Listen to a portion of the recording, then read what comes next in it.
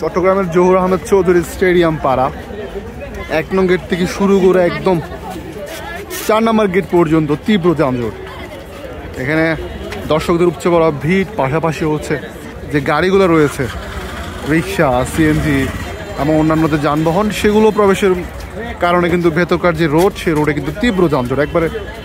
একবারে বলা যায় তিল ঠাইয়ের কোনো সুযোগই নেই। দেখতে পাচ্ছেন দর্শকরা কিন্তু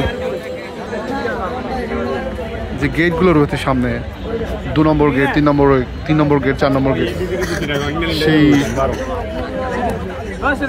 সেই গেটগুলো দিয়ে প্রবেশের জন্য তারা কিন্তু যাচ্ছেন, ছুটে চলছেন।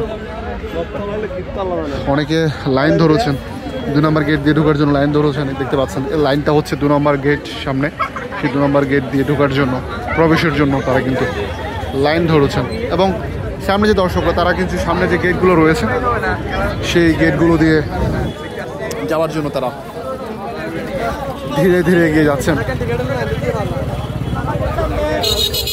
স্টেডিয়ামের পাশে যে রাস্তা, এই রাস্তা আসলে অনেক বেশি সরু।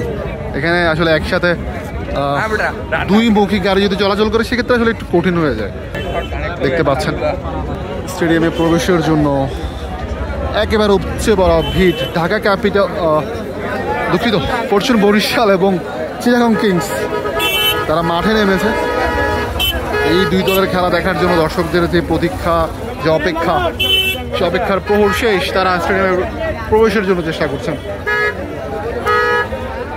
অনেক ভিড়, একেবারে উপচে পড়া ভিড়। দেখতে পাচ্ছেন এটা হচ্ছে স্টেডিয়ামে প্রবেশের 2 নম্বর গেট।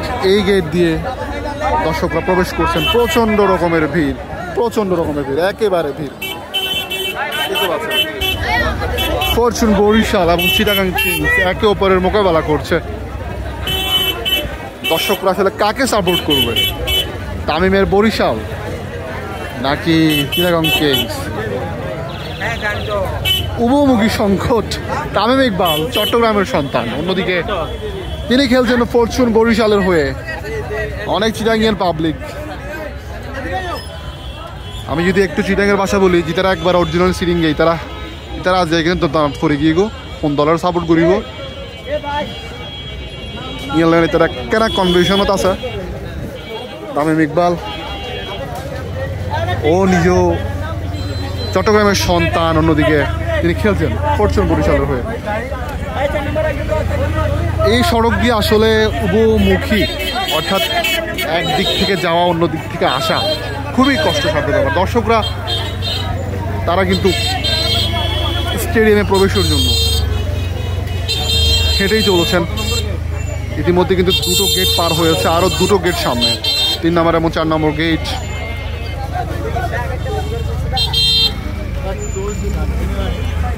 দেখতে পাচ্ছেন পুরো স্টেডিয়াম পারে, স্টেডিয়ামের চারপাশে একদম যে 4টি গেট রয়েছে, 4টি গেট কিন্তু একেবারে কানায় কানায় পূর্ণ।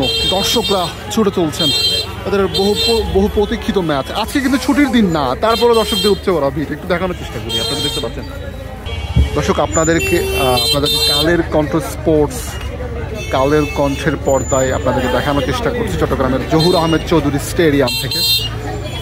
আজকে ফরচুন বরিশাল এবং চিটাগং কিংস একে অপরের মোকাবেলা করছে।